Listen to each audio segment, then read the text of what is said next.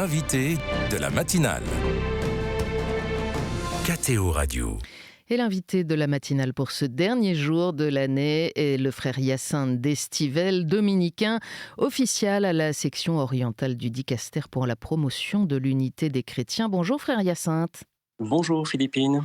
Merci d'être avec nous en direct depuis le couvent des frères dominicains à Erbil.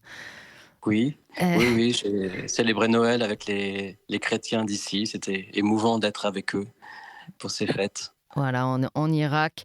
On parle d'écuménisme avec vous ce matin, frère Hyacinthe, parce que c'était une grande année écuménique 2025 avec l'anniversaire du concile de Nicée, le 17e centenaire. Et puis on parle beaucoup d'écuménisme ces jours-ci avec la rencontre européenne de Thésée qui se passe à Paris et en Île-de-France. D'ailleurs, hier soir à la veillée, il y avait le père Flavio Pace, qui est le secrétaire du Dicaster dans lequel vous travaillez. On va donc faire un peu le bilan de cette année écuménique, mais peut-être d'abord de quoi est-ce qu'on parle quand on parle d'écuménisme. Le cardinal Cor, le préfet de votre dicaster, dans un entretien récent à KTO, disait que le principal problème au fond, c'est qu'il n'y a pas de consensus sur le but de l'écuménisme, sur ce que c'est vraiment que l'unité. Est-ce que vous pouvez nous expliquer ? Oui, de fait, on dit souvent que le principal obstacle à l'unité, c'est justement la conception de l'unité. Que les chrétiens ne sont pas d'accord sur le type d'unité qu'ils souhaitent. D'un côté, les catholiques parlent d'une unité visible dans la foi, les sacrements, les ministères. D'autres traditions chrétiennes conçoivent l'unité plutôt comme une sorte de reconnaissance de la différence, ce qu'on appelle la diversité réconciliée. Mais en réalité, il faut bien reconnaître que personne ne sait à quoi l'unité ressemblera. C'est même un principe de l'écuménisme que de ne pas avoir un modèle préconçu d'unité. Et la prière pour l'unité des chrétiens, elle demande justement à Dieu le don de l'unité telle qu'il la veut, par les moyens qu'il veut. L'unité telle que tu la veux, par les moyens que tu veux, dit la prière de l'abbé Couturier, le célèbre pionnier de l'unité. Et donc, à mon avis, ce qui est important, c'est surtout de désirer l'unité visible, mais de croire aussi que l'Esprit Saint nous donnera cette unité comme il la veut, lui, par les moyens qu'il veut, mais non pas comme nous l'imaginons. Ça veut dire qu'il faut se parler pour discerner ensemble. Mais est-ce qu'on peut avoir le même dialogue avec des églises structurées comme les orthodoxes, comme les anglicans ou les luthériens, et puis des dénominations protestantes avec des structures ecclésiales qui n'ont rien à voir ? Mais je crois qu'effectivement, chaque dialogue écuménique est différent en fonction du partenaire de dialogue. Il n'y a pas deux dialogues qui se ressemblent. Et de ce point de vue, il est vrai que la question de l'unité est très liée à la compréhension de l'Église, qui est différente selon les traditions chrétiennes. Certains chrétiens, comme les catholiques, ont une conception sacramentelle de l'Église, qui est comprise comme le prolongement visible de l'action du Christ à travers la succession apostolique et les sacrements. D'autres chrétiens, notamment ceux de tradition évangélique pentecôtiste, ont une conception plus spirituelle, plus fondée sur l'expérience personnelle du Saint-Esprit, du contact avec l'Écriture, de l'appartenance à la communauté locale et surtout n'ont pas de structure ecclésiale qui soit comparable aux églises historiques. Cependant, l'Église catholique a de fructueux dialogues avec chacune de ces traditions, mais ces dialogues ils doivent justement s'adapter aux différents partenaires. Alors on a célébré cette année le 17e centenaire du concile de Nicée, on en a beaucoup parlé. Il y a eu ce très beau moment à Iznik pendant le voyage du pape Léon XIV avec le patriarche Bartholomée et bien d'autres responsables d'églises chrétiennes qui ont récité le credo 1700 ans après sur les bords du lac. Est-ce que c'est autre chose qu'un beau moment, qu'une jolie photo ? Je dirais que la jolie photo, c'est important aussi parce qu'on est dans un monde où l'image tient une place importante et qu'il est important dans le mouvement écuménique de poser des gestes prophétiques, des gestes qui marquent les esprits, qui inspirent les fidèles et qui ont aussi un sens théologique. En ce qui concerne Iznik, je crois qu'au-delà de la jolie photo, effectivement, il y a une conscience renouvelée que la foi de Nicée, le credo qui a été proclamé il y a 1700 ans, rassemble toutes les traditions chrétiennes et que la synodalité qui a été inaugurée par le concile de Nicée au IVe siècle, elle fait partie de l'essence de la vie ecclésiale et que c'est en puisant dans ce patrimoine commun que nous pourrons progresser vers la pleine communion. Il y avait des absents à Nicée quand même, les Russes évidemment, mais aussi d'autres églises orthodoxes.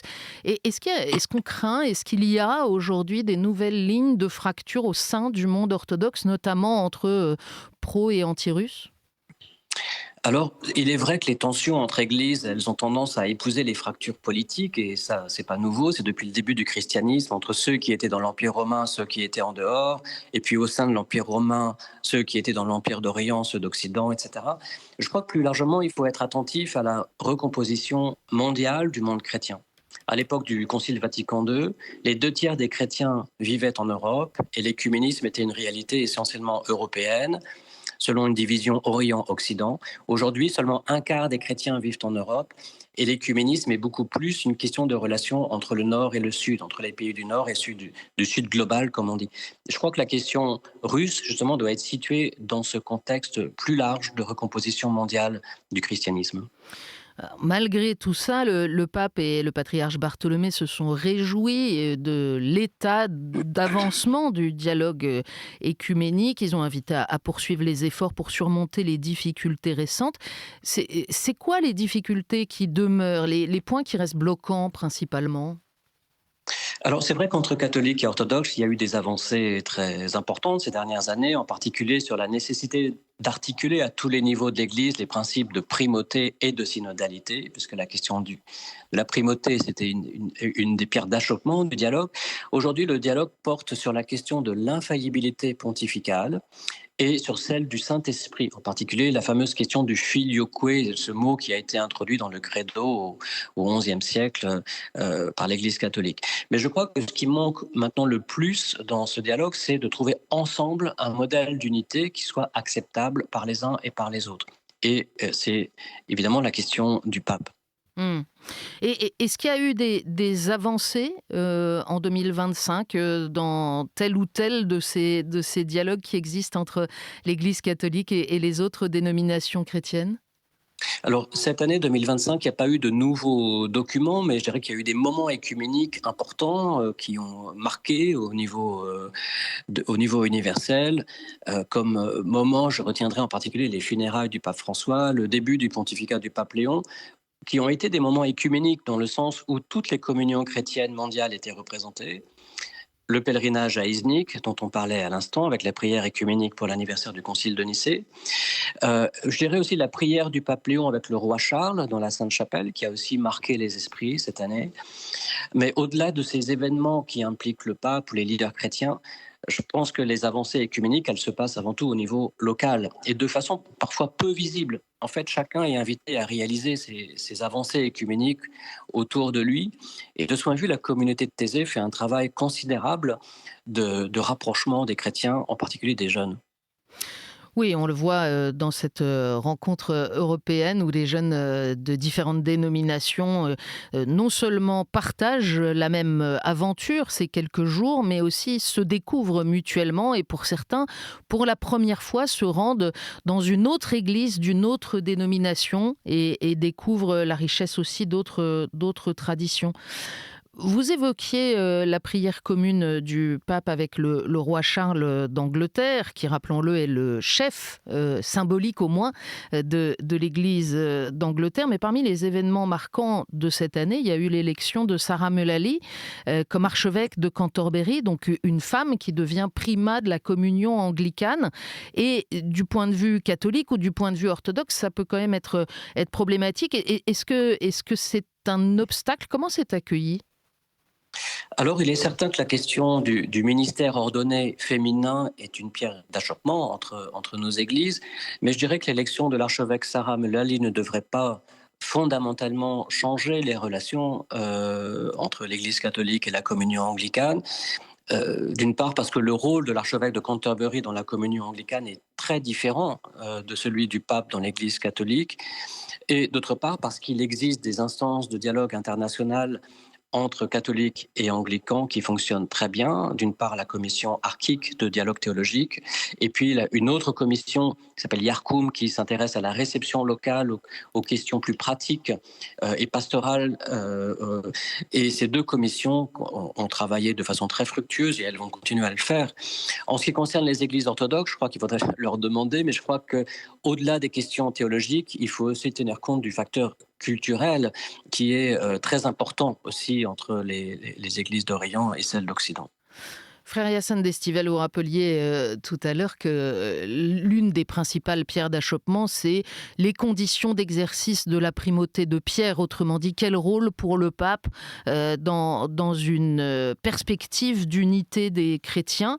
En 2024, votre dicaster a publié un document sur l'évêque de Rome, un document important.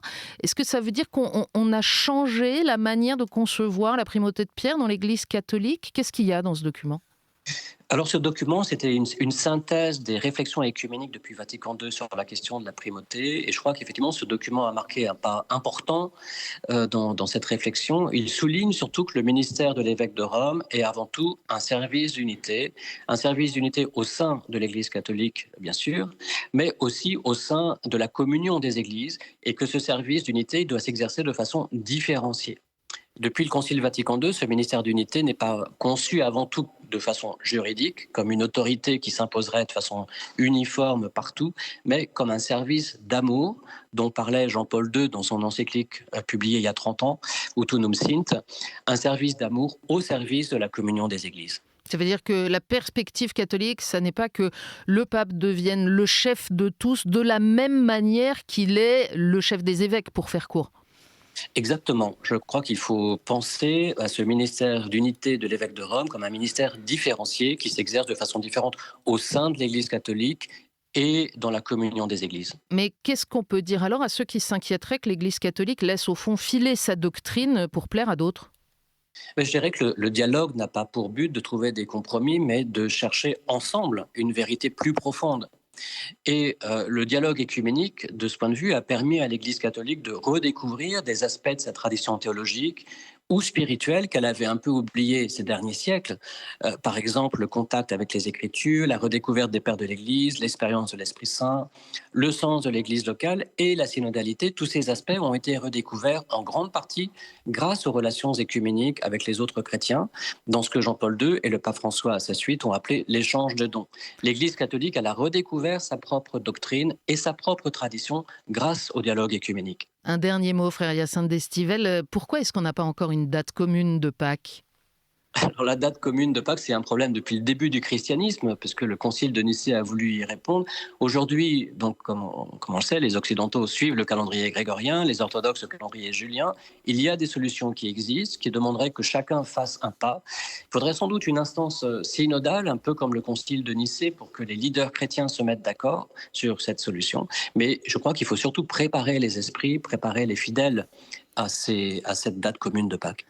Et le pape et le patriarche Bartholomée ont donné un rendez-vous déjà pour fixer une pierre sur le chemin. C'est Jérusalem 2033, le 2000e anniversaire de Pâques, justement. Merci beaucoup d'avoir été avec nous, frère Hyacinthe d'Estivelle. Bonne journée. Merci Philippine, bonne journée et bonne année.